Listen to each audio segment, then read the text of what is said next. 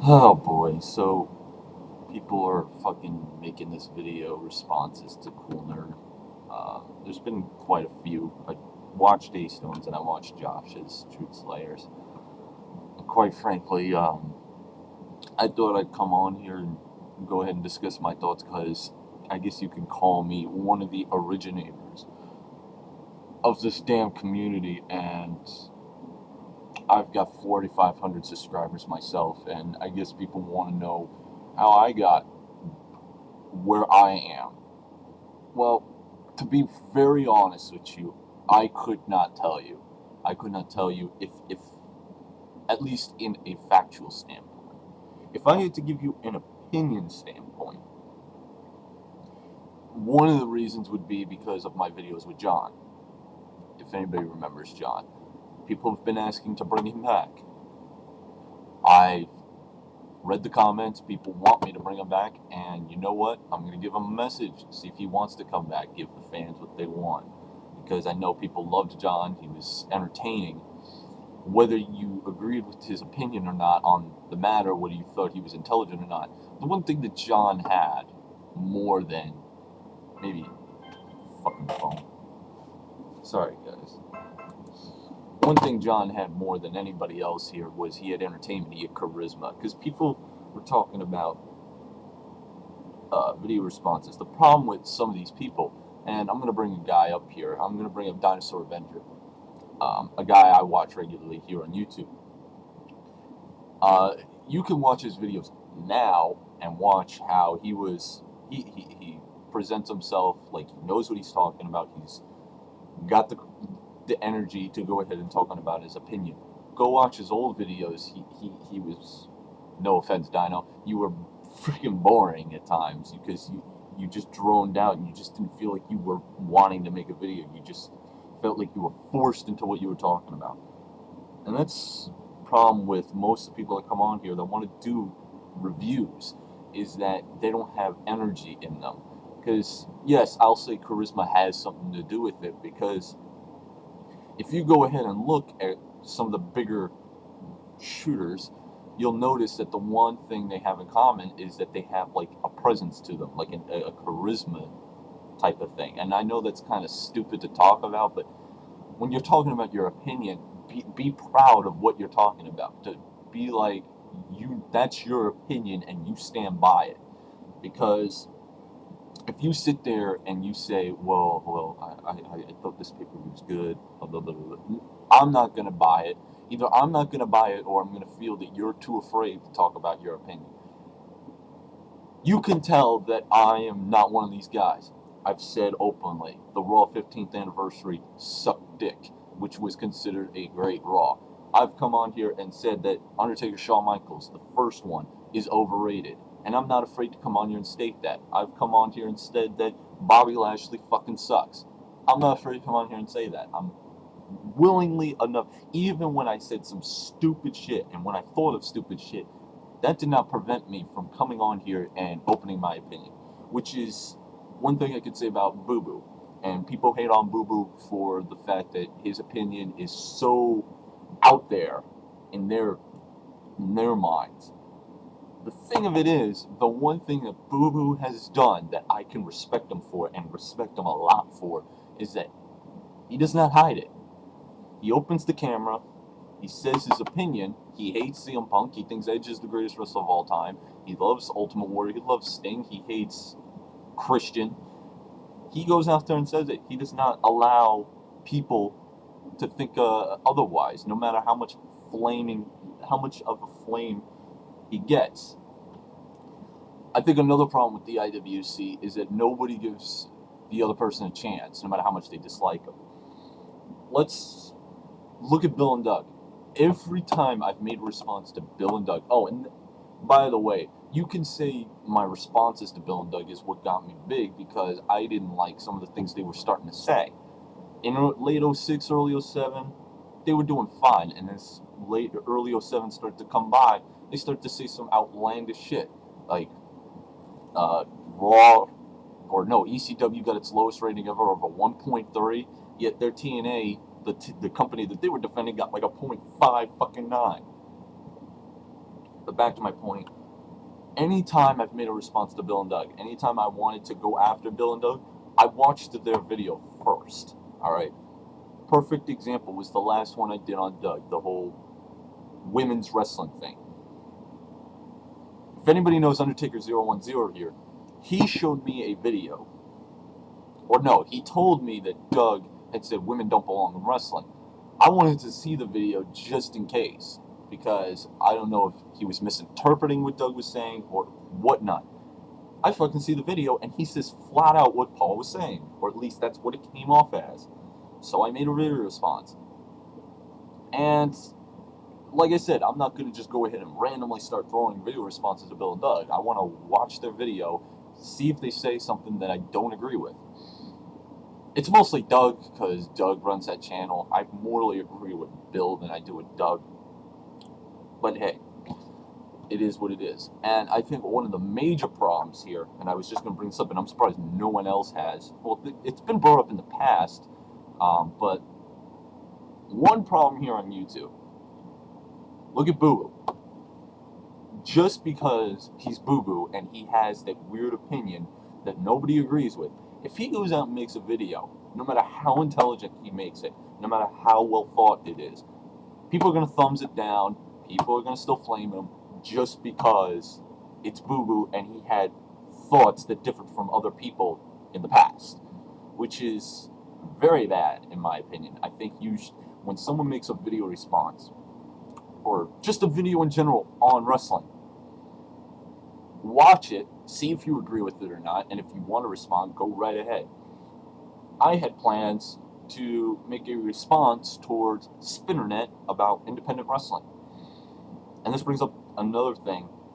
The reason why I didn't was that many of the people that responded to Spinnernet pretty much said what I was going to say, which is part of the reasons why I don't make videos as much, because by the time I get around to wanting to record them, people have already said what I've needed to say. And the question is, why don't I make as much videos as I did back in 2007? Well, again, when there's a big topic and people have said already what I've wanted to say, why go ahead and make the same opinion on a video? I'm sorry, that's just stupid. And it's stupid to think that if you make a response video to somebody, it's drama. Where does this come from? So if, let's say, Josh makes a video that I completely disagree with, and there have been videos he's made that I've disagreed with, one being his elitist video on WrestleMania 25. I wanted to make a response. I was too sick to do it. Around that time, I was starting to get the cold. I had it for about a month. I wanted to make a response to him. I wanted to completely go down the list of why I disagreed with him about WrestleMania 25 and why I thought it really did suck. But if I would have made a response, I don't know if this would have happened with Josh, but people have this mentality that if you make a video response to somebody debating their point, it's drama for some reason. It's apparently drama when you argue a point on wrestling. Just because you argue a point on wrestling does not mean big shit. Me and Kristen have argued countless times on wrestling. Countless times. Not just on wrestling. We shouldn't even go with that. Me and Kristen have argued over fucking other things. On freaking history, fucking just everyday life things. And me and Kristen are still best friends. Sure, some of the arguments that we have blows out and we get angry at each other, but it is what it is. When you argue here on YouTube, you're showing a difference of opinions, and like Josh was saying, it flows. Everything flows. And people don't seem to realize that part of it. They just think in their minds that, oh, because you're responding to somebody and you're going to disagree with them, it's drama. Like with the whole Spinnernet thing. He made a video on independent wrestling and people automatically thought it was drama because Josh responded. And the most shocking thing about it is it wasn't Spinnernet that made this into a drama issue. Spinnernet had nothing to do with the whole drama-esque bullshit in this situation, which really baffles the ever-loving shit out of me. I think he's warped your minds a little too much. Okay, maybe I shouldn't have done that, but anyways, I feel that if Spinnernet wants to respond to people, he has a right to respond to people. If Truth Slayer wants to respond to somebody, he should. If Boo Boo wants to respond to somebody, he should. If he has a different thing of opinion. Now, many arguments could be made on why 2007 was considered this big thing. One of it is that 2007, and Jay South brought this up, is that back in 2007, there wasn't as many shooters then than there are now. You look back then, if I had to point out who I knew back in 2007, or right on the cusp of when YouTube, the shooter thing started to really get a buzz, there was myself, there was Bill and Doug, there was MB Wrestler, Truth Slayer started getting into the mix, Moral Virus, Crazy Mike, Wrestle Guru. I think I'm forgetting somebody. I know I'm forgetting. Kent Jones, I think was, yeah, actually, you know what? We'll throw Kent Jones in it. And there's probably others that I'm not even thinking about. I apologize dearly if I haven't brought your name up. But, I'm gonna so kick myself in the fucking head when I do it. But alright, point is, there was not as many shooters, because I know people don't like that term, as there are now. Now you've got this fucking couch potato that's on the couch right now, Travis Sabatine Forever. You've got Big Rat 310. You've got Sanders Robin 24. You've got Trademark. You've got, well, Spinnernet came in late 07, so he was with us, if you want to say that. I'm trying to think of shooters that are more recent. You've got Gemini, although I don't know how long he's been around. You've got Assault and Battery. You've got just a ton of people. There's so many people here on YouTube, it's not even funny. And there's nothing wrong with that. If you want to go ahead and make videos, it's fine. But there's an overflooding of people, and I guess that's part of the reason. Now, Cool Nerd also asked, why is it that kids, or morely kids under 18, can't get as popular? Or, no, that's not what he said. Scratch that. He said that people who are under 18, or in the majority of that, try to copy the top shooters. I don't know if anybody's trying to copy me.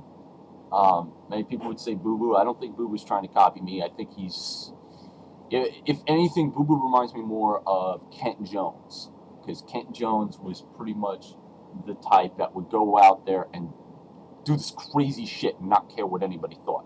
It's kind of what Boo Boo is, only he's not doing anything that controversial. Most controversial thing he's done is the CM Punk videos. Me, you guys can say I'm like that, but I'm more calm. I don't go out there and go crazy, unless it's a video with me and John, because that was the purpose of the duo, was that me and John, or the characters of John and myself, because we're not that crazy when we're off camera. Sure, we get excited at times, but, and that didn't sound homosexual at all. But anyhow, but me and John are just calm people, more calm than we are on the camera, because that was the persona. We were crazy fuckers on the fucking camera. And yeah, I mean, I think that to anybody who's a shooter and is inspired by anybody that is accomplished, myself included, the one advice, because I've gotten this question before, what do you do to get noticed on here? I've always said, just be yourself. Just go in front of the camera, state your opinion. Don't care what anybody thinks. Just don't. Because if you do, then no one's going to give a shit about you. To me, even if they agree or disagree, just come on here and state your opinion. I've always said that I thought Carlito deserved more than what he should. Not a lot of people have come on here and said that, or at least in the region of the shooters, the top shooters. I've always thought that The Miz was better than what WWE was crediting him for back last year. Now he's getting this mega push because he's a Money in the Bank winner. And yeah, I guess the last thing I can touch on is subs and views. I'll go into that. I don't know if I've touched on everything. I think I've touched on everything except subs and views. The thing about subs and views is there have been people that have asked me, yes, I love independent wrestling, but why do I talk about WWE and TNA so much? Well, I don't talk about TNA that much now. I'm talking more about WWE. The first thing is, I know I'm more familiar with WWE because I've watched it for so many fucking years. The other thing is, whenever I do an independent wrestling video, yeah, it doesn't get many views. And you can call me a views whore in there. But there's a reason that I'm a views whore there. The purpose of the independent wrestling videos is for somebody to watch it, say to themselves, wow, he liked it. I would like to watch it. I hope he can recommend it to me. Let me go out and look for it. There's plenty of ways to find it. But people won't give it a chance. Proof of this is my Shakara video. I made a Shakara video why I love it. I didn't even do what like Big Rat or Sanders Robin or Trademark what they do. They take a DVD, they watch it, and then they review it.